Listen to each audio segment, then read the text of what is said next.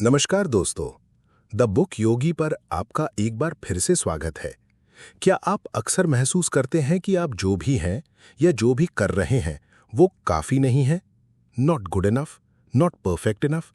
क्या आपके अंदर एक आवाज है जो कहती है तुम और बेहतर कर सकते थे, तुम अभी तक वहां नहीं पहुंचे जहां तुम्हें होना चाहिए था, या तुम्हारी जिंदगी दूसरों जितनी अच्छी नहीं है? हम एक ऐसी दुनिया में जी रहे हैं, चाहे वो फरीदाबाद का एक घर हो या दुनिया का कोई भी कोना, जहां हमें लगातार ये महसूस कराया जाता है कि हम कम हैं।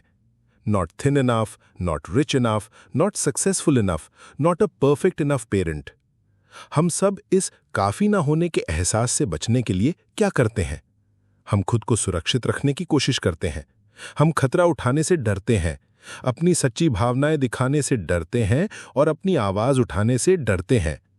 हम एक भीड़ में छिप जाना चाहते हैं, जहां कोई हम पर उंगली ना उठा सके, कोई हमारा मजाक ना उड़ा सके।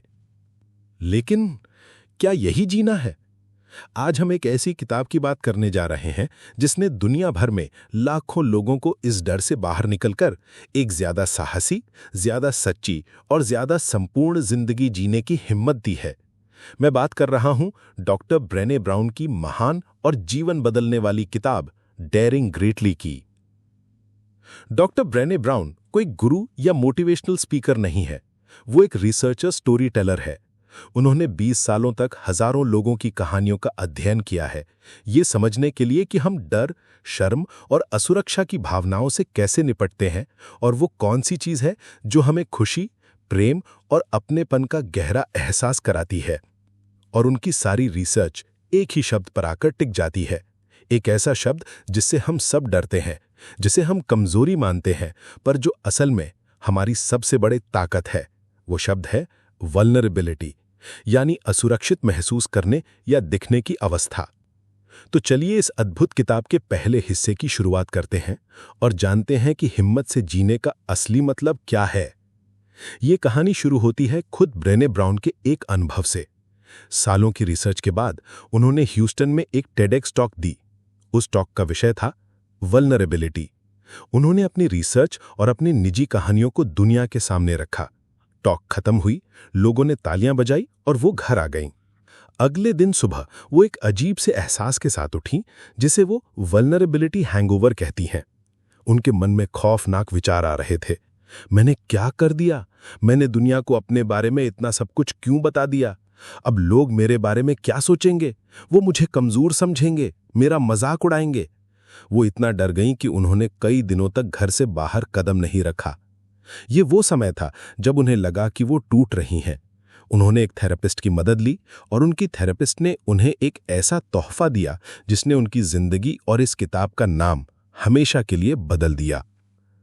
उनकी थेरेपिस्ट ने उन्हें अमेरिका के पूर्व राष्ट्रपति थियोडोर रूजवेल्ट की 1910 की एक स्पीच का एक छोटा सा हिस्सा दिया। वो हिस्सा कुछ इस तरह था: महत्व उस आलोचक का नहीं है जो किनारे बैठकर यह बताता है कि एक मजबूत इंसान कहां ठोकर खा गया। असली श्रेय तो उस इंसान को जाता है जो असल में अरीना में है, जिसका चेहरा धूल, पसीने और खून से सना हुआ है, जो पूरी हिम्मत से लड़ता है, जो गलतियां करता है और बार बार हारता है, पर जो अंत में अगर जीतता है तो एक महान उपलब्धि की जीत का स्वाद चखता है, और अगर हारता भी है तो कम से कम बड़ी हिम्मत दिखाते हुए हारता है। ये पढ़कर ब्रेने ब्राउन की आंखों में आंसू आ गए। उन्हें समझ आया कि वल्नरेबिलिटी का मतलब कमजोरी नहीं है। वल्नरेबिलिटी का मतलब है अरीना में उतरना, उस काम को करने की हिम्मत दिखाना जिसके नतीजे की कोई गारंटी नहीं है, आलोचना और फेल होने के डर के बावजूद खुद के सामने पेश करना। और उन्होंने तय किया कि अब वो अपनी जिंदगी किनारे बैठकर तमाशा देखते हुए नहीं, बल्कि अरीना में उतरकर हिम्मत से जीना चाहती हैं। तो चैप्टर 1 की शुरुआत करते हैं। Scarcity, looking inside our culture of never enough, यानी कमी, हमारी कभी पर्याप्त नहीं वाली संस्कृति। तो पहला सवाल यह है कि हम अरीना में उतरने से इतना डरते क्यों हैं? क्यों हम खुद को बचाने और सुरक्षित खेलने में अपनी पूरी जिंदगी बिता देते हैं? डॉक्टर ब्राउन कहती हैं कि इसका कारण है हमारी संस्कृति। हम एक कमी की संस्कृति में, यानी कल्चर ऑफ स्केर्सिटी में जी रहे हैं। ये एक ऐसी मानसिकता है जो हर सुबह हमारे कान में फुसफुसाती है। तुम काफी नहीं हो, तुम्हारे पास काफी नहीं है। स्कैर्सिटी का मतलब सिर्फ पैसों की कमी नहीं है, ये एक अंदरूनी एहसास है। ये नेवर इनफ की भावना है। मैं काफी सुंदर नहीं हूं, मैं काफी अमीर नहीं हूं, मैं काफी सफल नहीं हूं, मैं काफी अच्छा पिता या मां नहीं हूं, मेरा घर काफी बड़ा नहीं है। ये नेवर इनफ की मानसिकता 3 चीजों से पैदा होती है। पहली है शर्म यानी शेम। ये एक बहुत ही दर्दनाक एहसास है कि मुझ में ही कोई कमी है और इसी कमी की वजह से मैं प्यार और अपनेपन के लायक नहीं हूं। दूसरी है तुलना यानी कंपैरिजन। हम लगातार अपनी जिंदगी की तुलना दूसरों की जिंदगी से करते रहते हैं, खासकर सोशल मीडिया पर। हम अपनी रोजमर्रा की साधारण जिंदगी की तुलना दूसरों की इंतजाम पूर्वक बनाई गई हाईलाइट रील से करते हैं और फिर खुद को कम महसूस करते हैं। और तीसरी है अलगाव यानी डिसएंगेजमेंट। जब हमें लगता है कि हम काफी नहीं हैं, तो हम क्या करते हैं? हम खुद को सिकोड़ लेते हैं। हम अपनी भावनाओं को व्यक्त करना बंद कर देते हैं। हम नए रिश्ते बनाने से डरते हैं और हम अपने सपनों को जीना छोड़ देते हैं ताकि हमें चोट न लगे। ये कमी की संस्कृति ही है जो हमें अरीना के बाहर दर्शकों के बीच बैठने पर मजबूर करती है, जहां से हम लड़ने वालों पर उंगलियां तो उठा सकें, पर खुद लड़ने की हिम्मत कभी न जुटा पाएं। चैप्टर 2 व्हाट इज वल्नरेबिलिटी यानी भेद्यता यानी असुरक्षित महसूस करना क्या है। अगर स्कैर्सिटी यानी कमी की भावना बीमारी है तो उसका इलाज क्या है? डॉक्टर ब्राउन कहती हैं उसका एकमात्र इलाज है वल्नरेबिलिटी यानी भेद्यता। लेकिन जैसे ही हम ये शब्द सुनते हैं, हमारे दिमाग में खतरे की घंटी बजने लगती है। हमें लगता है कि ये एक कमजोरी है। हमें रोना, डरना और अपनी भावनाएं दिखाना सिखाया ही नहीं गया। इसलिए इस अध्याय में डॉक्टर ब्राउन वल्नरेबिलिटी के बारे में फैले 4 सबसे बड़े मिथकों को तोड़ती हैं। पहला मिथक, वल्नरेबिलिटी कमजोरी है। यह सबसे बड़ा झूठ है। डॉक्टर ब्राउन की रिसर्च साफ साफ दिखाती है कि वल्नरेबिलिटी हमारी हिम्मत को मापने का सबसे सटीक पैमाना है। To be vulnerable is to be brave. उस मुश्किल बातचीत को शुरू करने के लिए हिम्मत चाहिए जिसमें आपको पता नहीं कि सामने वाला क्या कहेगा। पहली बार आई लव यू कहने के लिए हिम्मत चाहिए। अपनी गलती मानने के लिए हिम्मत चाहिए। हर वो काम जिसमें भावनात्मक खतरा होता है वो वल्नरेबिलिटी का काम है और वो हिम्मत का काम है। दूसरा मिथक, मैं वल्नरेबिलिटी से बच सकता हूं। बहुत से लोग कहते हैं मैं इन सब फीलिंग्स में नहीं पड़ता। सच यह है कि वल्नरेबिलिटी कोई विकल्प नहीं है। जिंदा होने का मतलब ही वल्नरेबल होना है। जब तक आप जिंदा हैं, आप अनिश्चितता, खतरे और भावनात्मक उतार चढ़ाव का सामना करेंगे ही। आपके पास सिर्फ एक ही विकल्प है। आप इस सच्चाई से लड़ते हुए अपनी जिंदगी बिताते हैं या आप इसे स्वीकार करके हिम्मत से जीते हैं। तीसरा मिथक, वल्नरेबिलिटी का मतलब है सब कुछ बता देना। यह एक बहुत बड़ी गलतफहमी है। वल्नरेबिलिटी का मतलब अपने सारे राज फेसबुक पर या हर किसी के सामने खोल देना नहीं है। यह TMI यानी टू मच इंफॉर्मेशन नहीं है। वल्नरेबिलिटी विश्वास पर आधारित है। यह अपनी कहानियों और अपनी भावनाओं को उन लोगों के साथ साझा करना है जिन्होंने आपका विश्वास कमाया है, जिन्होंने ये हक हासिल किया है कि वो आपकी कहानी सुने। ये सीमाओं और विश्वास यानी बाउंड्रीज और ट्रस्ट के बारे में है। और चौथा मिथक, हम ये अकेले कर सकते हैं। हमारी संस्कृति हमें आत्मनिर्भर बनने का पाठ पढ़ाती है, पर सच ये है कि हम इंसान सामाजिक प्राणी हैं। हमें कनेक्शन यानी जुड़ाव की जरूरत होती है और वल्नरेबिलिटी ही वो गोंद है जो हमें एक दूसरे से जोड़ती है। जब आप किसी के सामने अपनी असलियत दिखाते हैं और वो भी आपके सामने अपनी असलियत दिखाता है, तभी एक सच्चा और गहरा रिश्ता बनता है। तो फिर अगर वल्नरेबिलिटी ये सब नहीं है तो ये है क्या? डॉक्टर ब्राउन एक बहुत ही सरल और शक्तिशाली परिभाषा देती हैं। Vulnerability is uncertainty, risk and emotional exposure. भेद्यता का अर्थ है अनिश्चितता, खतरा और भावनात्मक रूप से खुद को उजागर करना। ये वो एहसास है जो आपको तब होता है जब आप अरीना में कदम रखते हैं। ये एक नई नौकरी के लिए इंटरव्यू देना है। ये कैंसल की रिपोर्ट का इंतजार करना है। ये किसी से माफी मांगना है। ये अपने किसी सपने को दुनिया के सामने पेश करना है, ये जाने बिना कि लोग उसे पसंद करेंगे या नहीं। तो ये था पार्ट 1, एक नई और क्रांतिकारी सोच की शुरुआत। हमने सीखा कि हम एक नेवर इनफ वाली संस्कृति में जी रहे हैं जो हमें डर और तुलना में जीना सिखाती है। और हमने ये भी सीखा कि इस संस्कृति से बाहर निकलने का एकमात्र रास्ता है वल्नरेबिलिटी को गले लगाना। ये समझना कि असुरक्षित महसूस करना कमजोरी नहीं, बल्कि साहसी होने का सबसे बड़ा सबूत है। अब जब हमने ये जान लिया है कि वल्नरेबिलिटी ही हिम्मत है, तो हम इससे इतना डरते क्यों हैं? वो कौन सी एक परेशान करने वाली भावना है जो हमें अरीना में उतरने से सबसे ज्यादा रोकती है? वो भावना है शर्म, यानी शेम।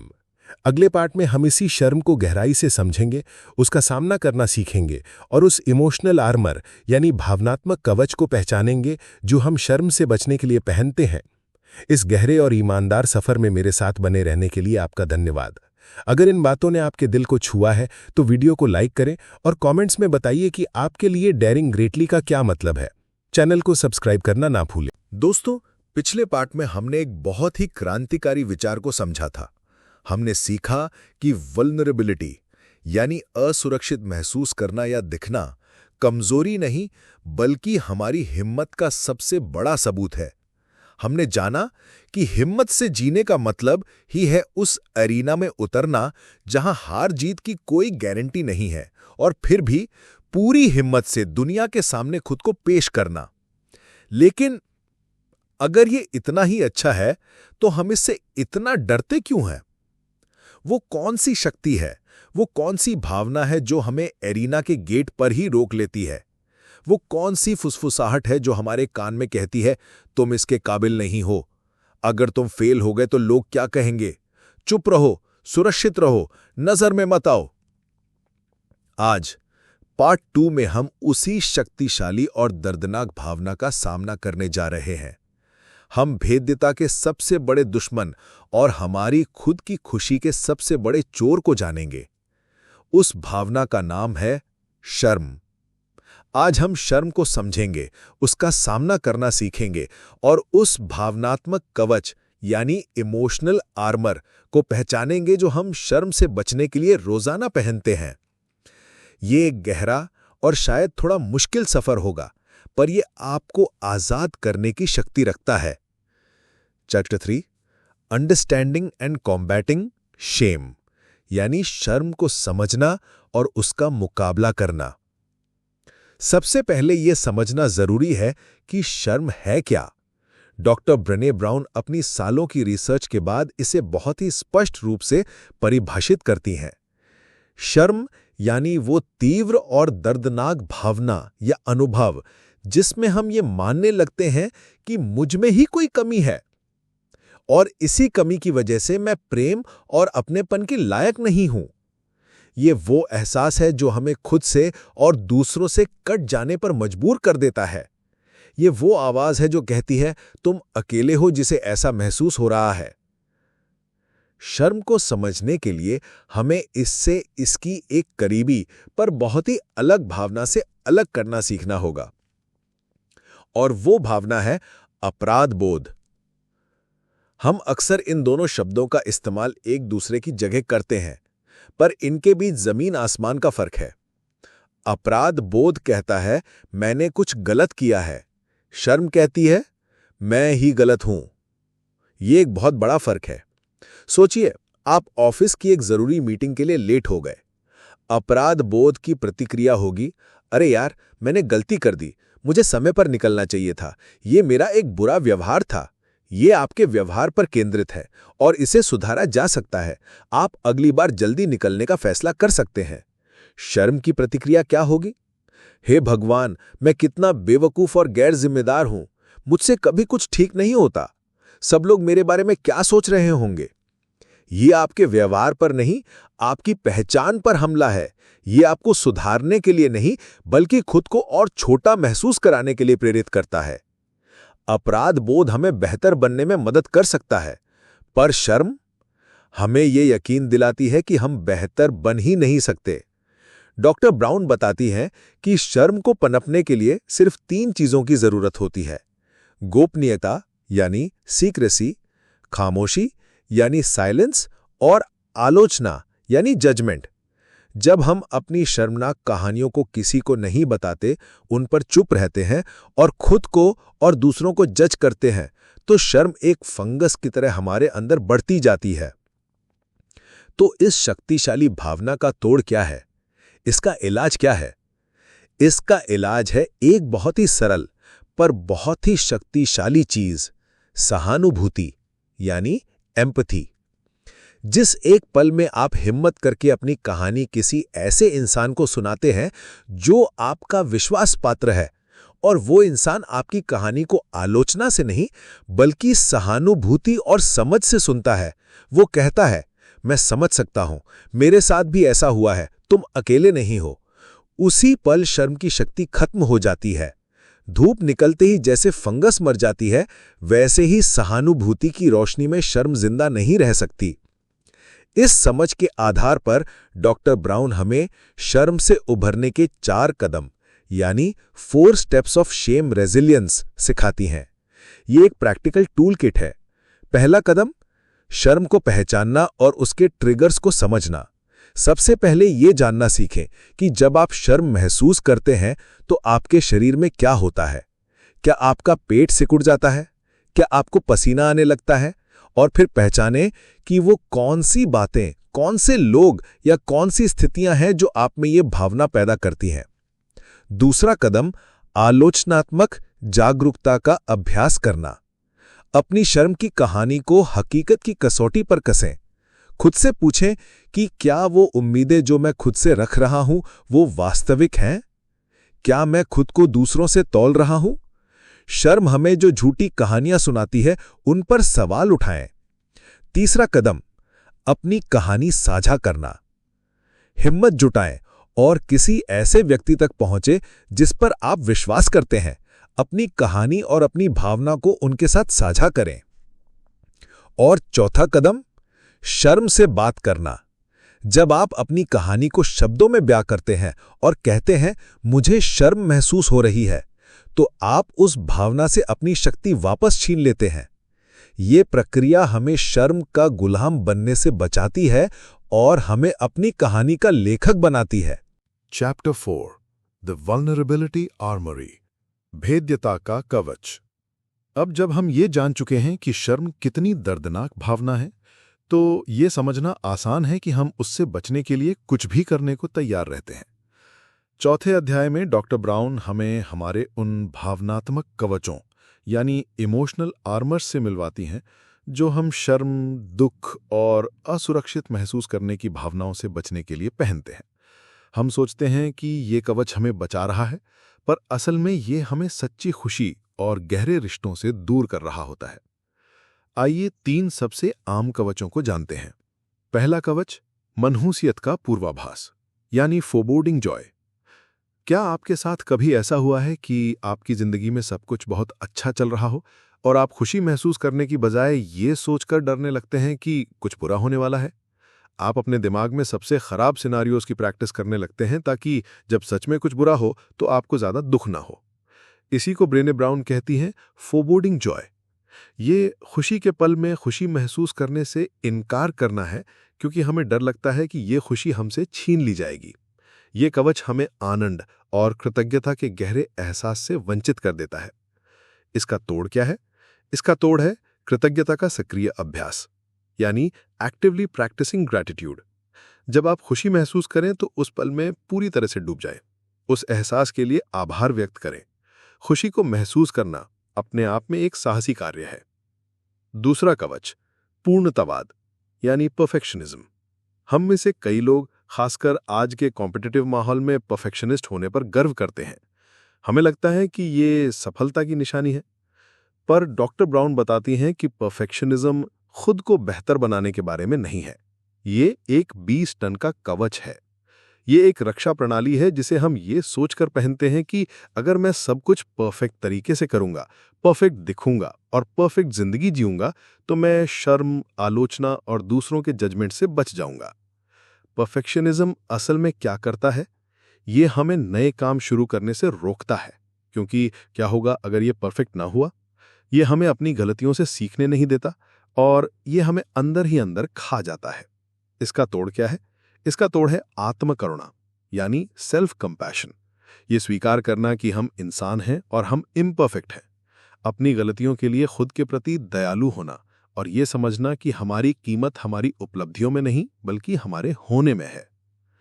और तीसरा कवच, सुन्न करना।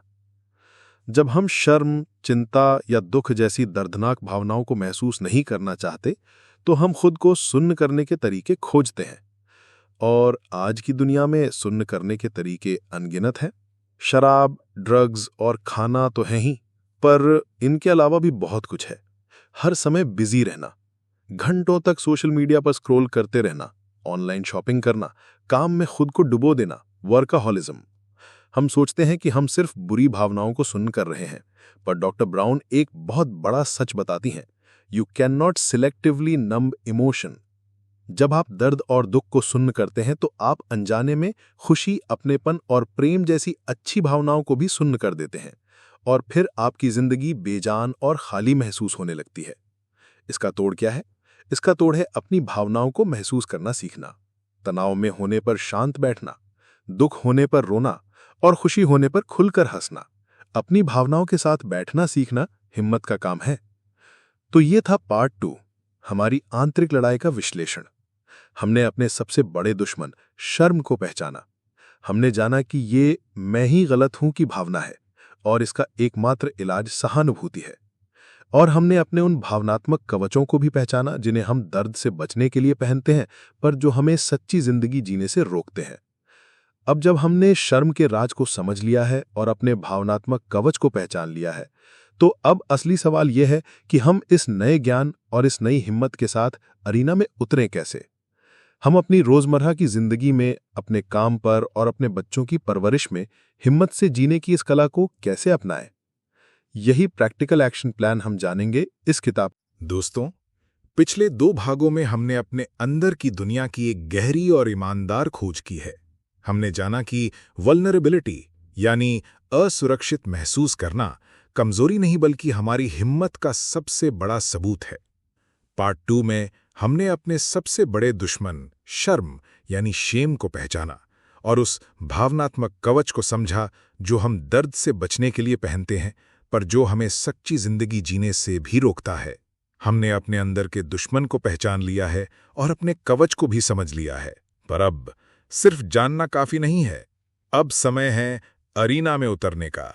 अब समय है डेयरिंग ग्रेटली को जीने का। तो हम इस नई समझ और इस नई हिम्मत के साथ अपनी रोजमर्रा की जिंदगी में, अपने काम पर और अपने बच्चों की परवरिश में हिम्मत से जीने की इस कला को कैसे अपनाएं। आज इस अंतिम पार्ट में हम इसी का प्रैक्टिकल एक्शन प्लान जानेंगे।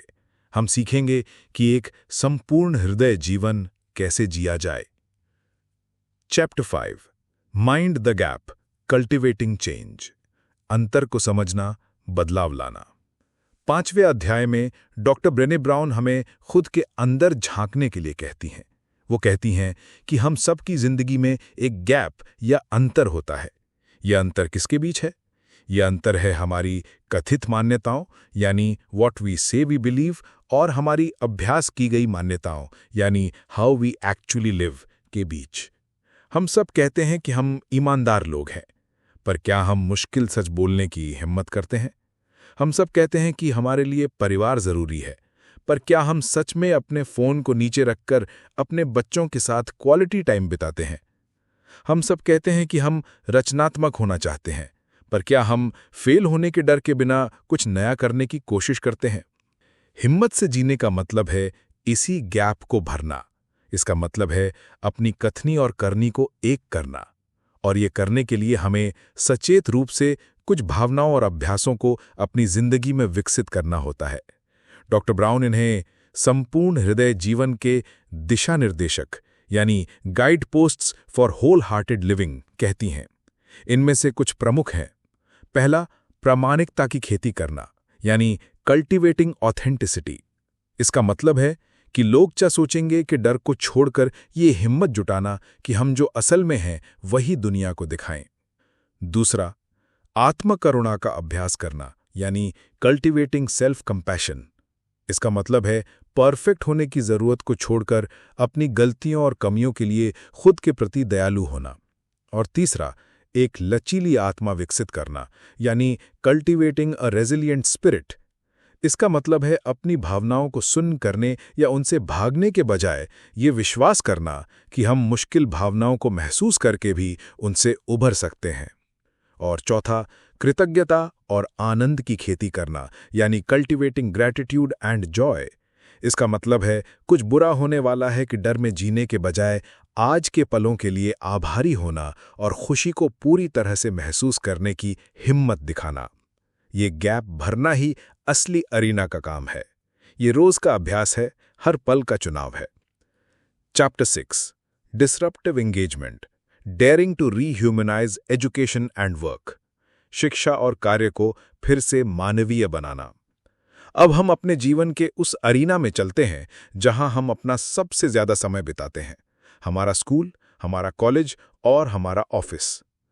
डॉक्टर ब्राउन कहती हैं कि दुर्भाग्य से हमारे ज्यादातर स्कूल और ऑफिस शर्म और कमी की संस्कृति पर बने हैं। सोचिए फरीदाबाद या किसी भी शहर के उस ऑफिस के बारे में जहां एक बॉस सबके सामने किसी कर्मचारी की गलती पर उसे बेइज्जत करता है। सोचिए उस स्कूल के बारे में जहां एक टीचर कम नंबर लाने वाले बच्चे को बेवकूफ़ या आलसी का ठप्पा लगा देती है। जब किसी ऑर्गेनाइजेशन में वल्नरेबिलिटी के लिए कोई जगह नहीं होती, जब सवाल पूछने, गलती मानने या मदद मांगने को कमजोरी माना जाता है, तो वहां क्या होता है? वहां रचनात्मकता मर जाती है, इनोवेशन खत्म हो जाता है और लोग सिर्फ अपनी नौकरी बचाने के लिए काम करते हैं, दिल से नहीं। तो इसका समाधान क्या है? समाधान है हिम्मत वाली लीडरशिप, यानी डेयरिंग लीडरशिप। एक हिम्मत वाला लीडर या टीचर वो होता है जो ये समझता है कि वल्नरेबिलिटी एक जिम्मेदारी है। वो एक ऐसा माहौल बनाता है जहां लोग खतरा उठाने, नए आइडियाज देने और फेल होने से नहीं डरते। वो फीडबैक देते समय इंसान को नहीं, बल्कि उसके काम को जज करता है। वो ये नहीं कहता आपकी रिपोर्ट बकवास है। वो कहता है इस रिपोर्ट को और बेहतर बनाने के लिए हमें इन 3 चीजों पर काम करने की जरूरत है। वो खुद अपनी गलतियां मानने और मुझे नहीं पता कहने से नहीं डरता। वो अपनी टीम के सामने खुद वल्नरेबल होकर एक उदाहरण पेश करता है। जब लीडर्स हिम्मत से जीने का फैसला करते हैं, तो वो सिर्फ एक कंपनी या एक क्लासरूम नहीं चलाते। वो एक ऐसी संस्कृति का निर्माण करते हैं जहां हर इंसान अपनी पूरी क्षमता के साथ बिना डर के अपना सर्वश्रेष्ठ योगदान दे सकता है। चैप्टर 7 होल हार्टेड पेरेंटिंग, यानी संपूर्ण हृदय से पालन पोषण। और अब हम सबसे मुश्किल, सबसे पवित्र और सबसे महत्वपूर्ण अरीना में कदम रखते हैं, पेरेंटिंग, यानी बच्चों का पालन पोषण। इस अध्याय की शुरुआत डॉक्टर ब्राउन एक बहुत ही शक्तिशाली और चुभने वाले सवाल से करती हैं। वो कहती हैं, हम सब अपने बच्चों को सिखाना चाहते हैं कि वो बहादुर बने, वो दयालु बने, वो अपनी कीमत को जाने। पर सवाल ये है कि क्या आप खुद वो वयस्क हैं जो आप चाहते हैं कि आपका बच्चा बने? ये इस किताब का सबसे गहरा सच है। हम अपने बच्चों को वो चीज नहीं दे सकते जो हमारे खुद के पास नहीं है।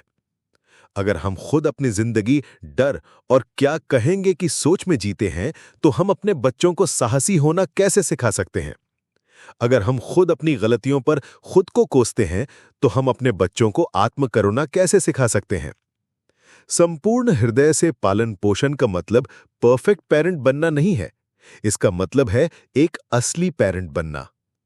इसका मतलब है अपने बच्चों के सामने ये स्वीकार करने की हिम्मत रखना कि हां, मुझसे गलती हो गई, मुझे माफ कर दो। इसका मतलब है उन्हें यह दिखाना कि मुश्किल भावनाओं को महसूस करना और उनके बारे में बात करना ठीक है। इसका मतलब है उन्हें यह सिखाना कि उनकी कीमत उनके ग्रेड्स, उनकी उपलब्धियों या उनकी जीतों में नहीं है। उनकी कीमत सिर्फ उनके होने में है। उन्हें यह विश्वास दिलाना कि वो जैसे भी हैं, वो प्यार और अपनेपन के लायक हैं, ऑलवेज। जब हम अपने बच्चों को एक ऐसे घर का माहौल देते हैं जहां वल्नरेबल होना सुरक्षित है, जहां गलतियां सीखने का मौका है और जहां प्यार बिना किसी शर्त के मिलता है, तब हम सिर्फ बच्चों की परवरिश नहीं कर रहे होते। हम दुनिया के अगले साहसी, दयालु और संपूर्ण हृदय वाले लीडर्स की परवरिश कर रहे होते हैं। और इसी खूबसूरत और जिम्मेदार विचार के साथ डेयरिंग ग्रेटली का ये हमारा सफर समाप्त होता है। इस पूरी किताब का सार क्या है? इसका सार उस अरीना की कहानी में छिपा है। जिंदगी आपको 2 विकल्प देती है। या तो आप दर्शकों के बीच सुरक्षित सीटों पर बैठ सकते हैं, जहां से आप लड़ने वालों की आलोचना कर सकते हैं, उनकी गलतियां गिन सकते हैं और ये बता सकते हैं कि वो और बेहतर कैसे कर सकते थे। ये एक सुरक्षित रास्ता है, पर ये एक खाली रास्ता भी है। या फिर आप हिम्मत जुटा सकते हैं। आप उस अरीना के गेट को खोलकर अंदर कदम रख सकते हैं, जहां धूल है, पसीना है, खून है, जहां हारने का खतरा है, जहां चोट लगने का डर है, जहां दिल टूटने की संभावना है। पर यही वो जगह है जहां जिंदगी है। यही वो जगह है जहां हिम्मत रहती है, जहां कनेक्शन बनता है और जहां सच्ची खुशी और अपनेपन का एहसास होता है। तो आज इस सफर के अंत में चुनाव आपका है। आराम या हिम्मत, सुरक्षा या संपूर्ण हृदय से जीना। इस गहरी और जरूरी यात्रा में मेरा साथ देने के लिए आपका हृदय से धन्यवाद।